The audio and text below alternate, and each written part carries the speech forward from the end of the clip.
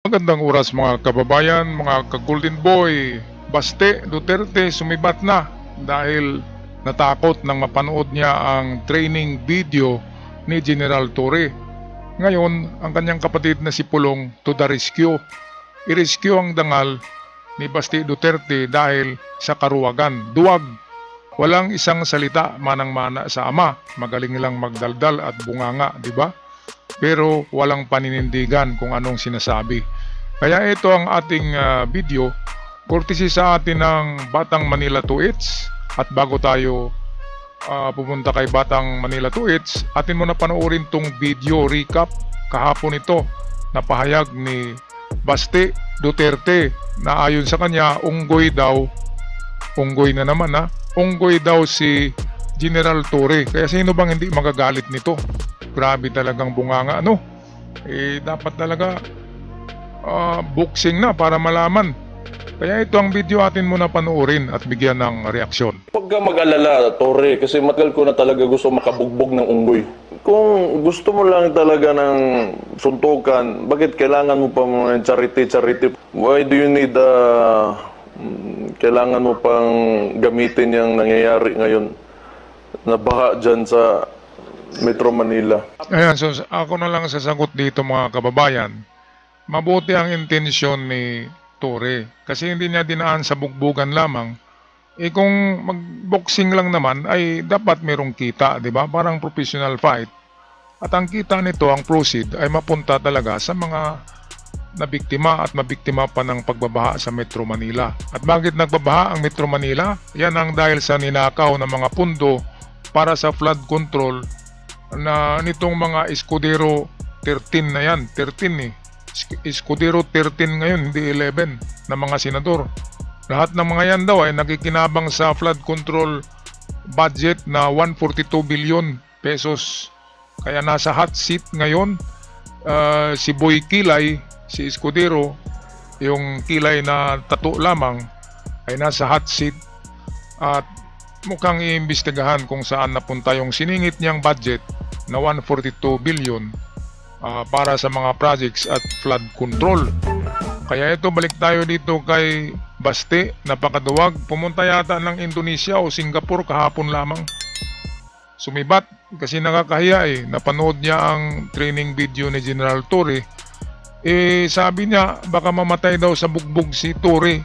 Hindi yan mamatay si Torre dahil nagdaan ng matinding training bago maging general yan. Napakaraming training ang pulis. At sanay sa athletics si Torre dahil athlete yan ng PNPA noon.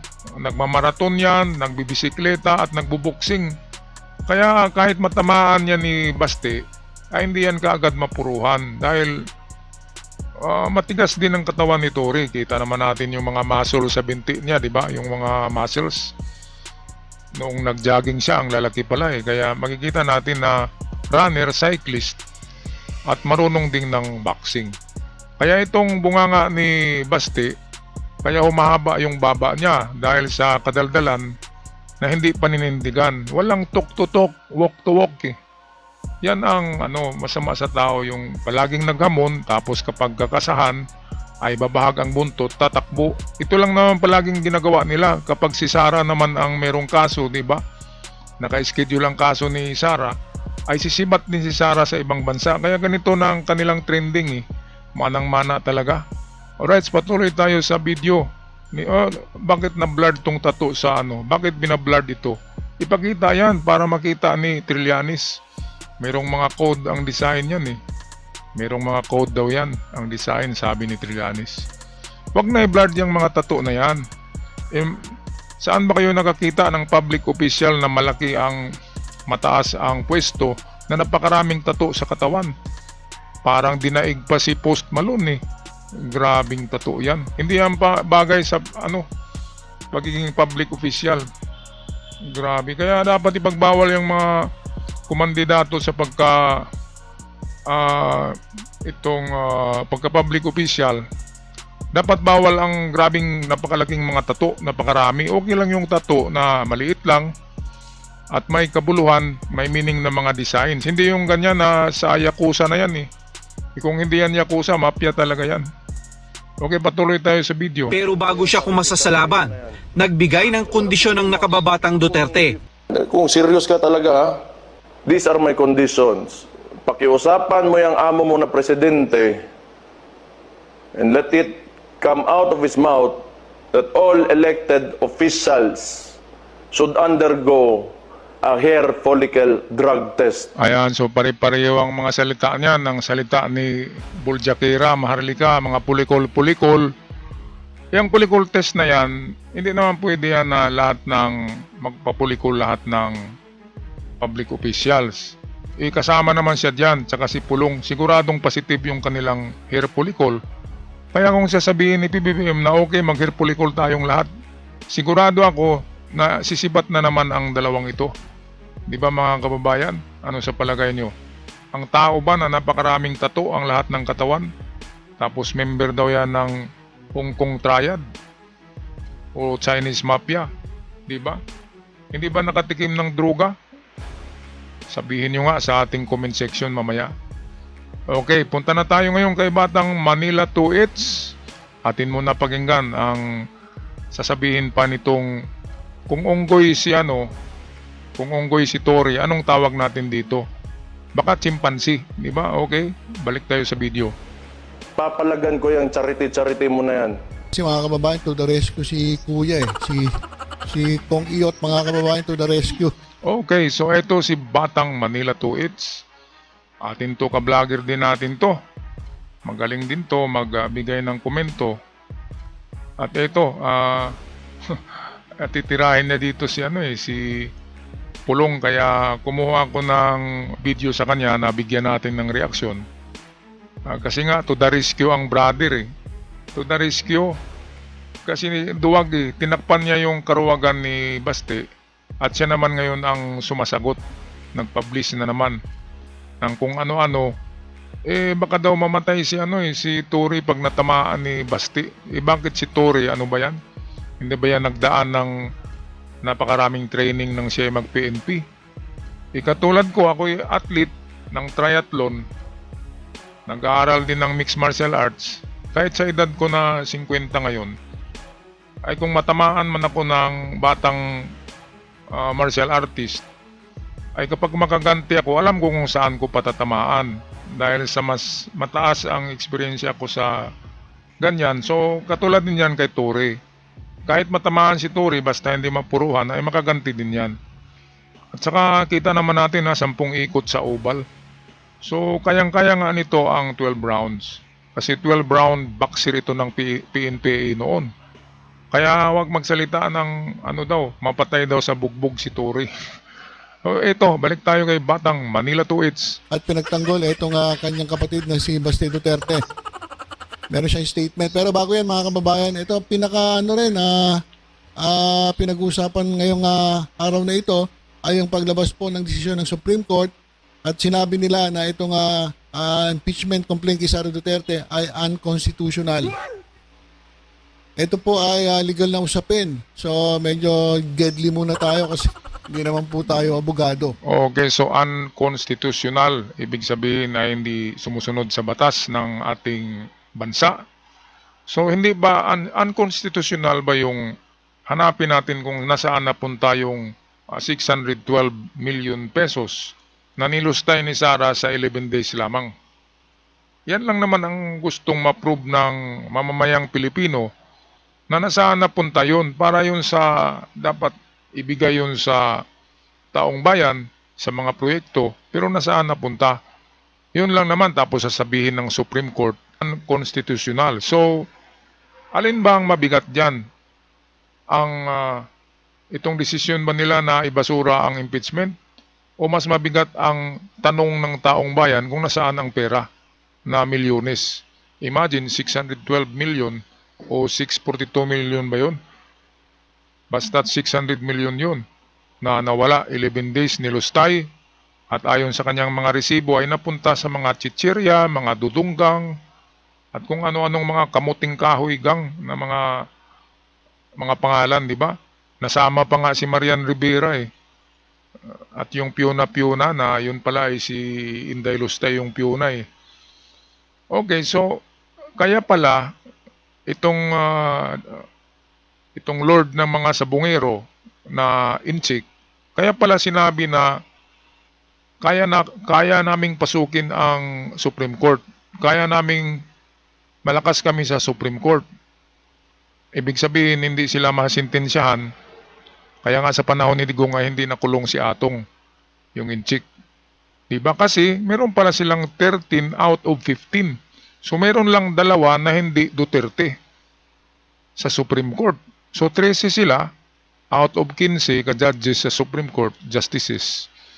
So 13 doon ay appointed by Digong, by Duterte sa kanyang administrasyon. Noong bago siya lumabas, pagka-president, nag-appoint siya diyan, nagtanim siya, nagplant ng 13 ka-judges, justices ang tawag sa Supreme Court. Yan ay para idepensa ang kanyang mga kasalanan. Alam ni Digong na talagang makakasuhan siya eh. Ngayon pagkakamali ni PBBM ay hindi niya inilipat ng mga pwesto ang mga yan.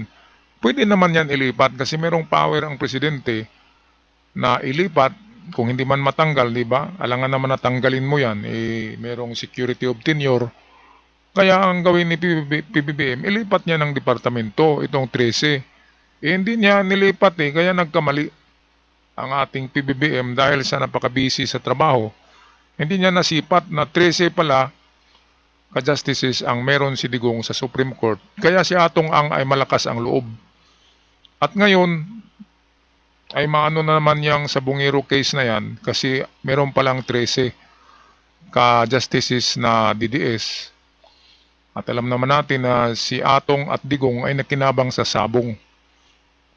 Sa isabong na yun, isabong. Kaya palagay ko itong sa Bungiro case ay malusaw din ito dahil mayroon ngang 13 out of 15 ka-justices diyan sa Supreme Court. Kawawang mga Pilipino. Kawawa tayo nito. Walang hustisya. Balik tayo kay Batang Manila, 2H. Medyo, kasi wala na eh, pagalingan na sila eh.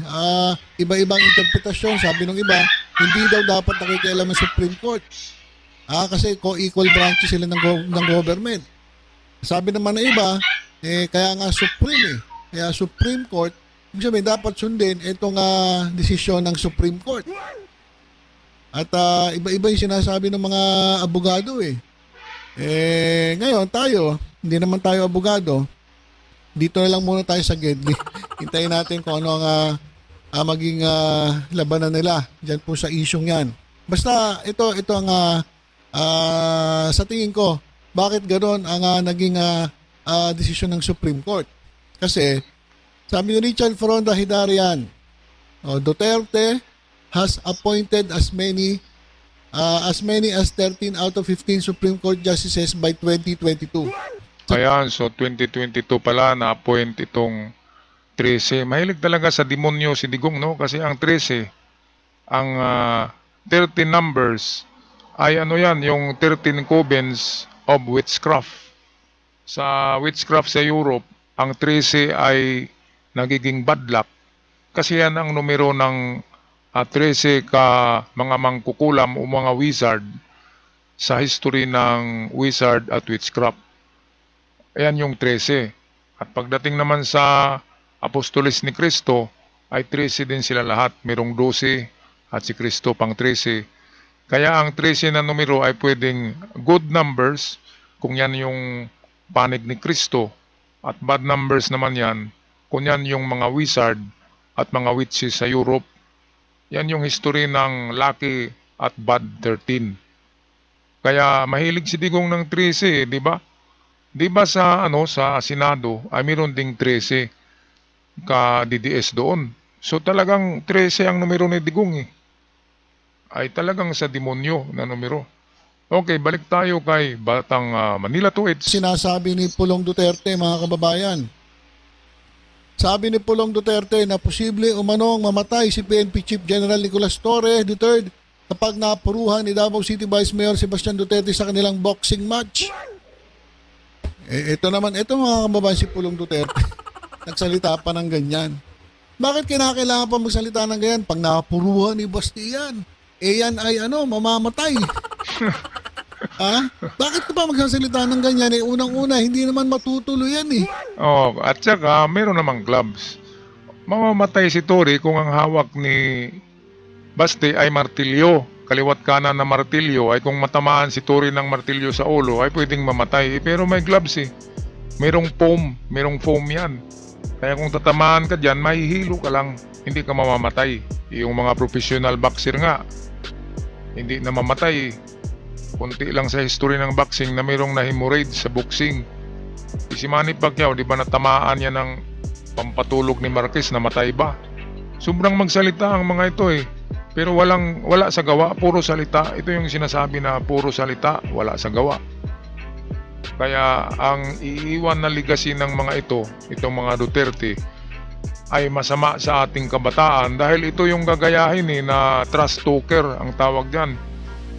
Trash talker, walang isang salita, walang gentleman's word.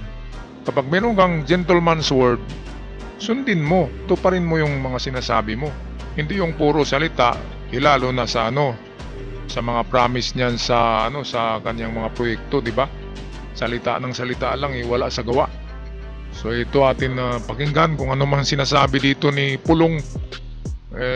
Naku si Pulong. Buti nga hindi natuloy yung kaso kay Pulong eh. Diba naayos na yata, hindi natuloy eh. Yung kaso niya sa club na meron siyang binugbog na nabugaw daw. Okay, balik tayo kay Batang Manila Tweets. Hindi naman matutuloy yan eh. Ba't nagsasalita ka pa ng ganyan? Pa-epal din eh. Papirma ko sa siguro na itong kalaban, basig mapuruhan, mamatay, mapriso ko igsuon, na napod sila dahilan. Papirma, magpirminirmahay sa sila sa bugado. Mas mayo na. Puro man ka sila isog. Kaya ko, manghagit na po ko. Lain ako agiton, di ko manghagit na lang kagamay po ganang. Gamay po kayo na yung ihagit. Dito tas taas manghagit. Tama to iyahang kondisyon. Ito tal gusto ni mo mutabang ng baha. Kamo, ikaw, PNP chief, daghan naman kagkwarta, kabalo man na, pili mong gitawat pag-alsa sa akong amahan.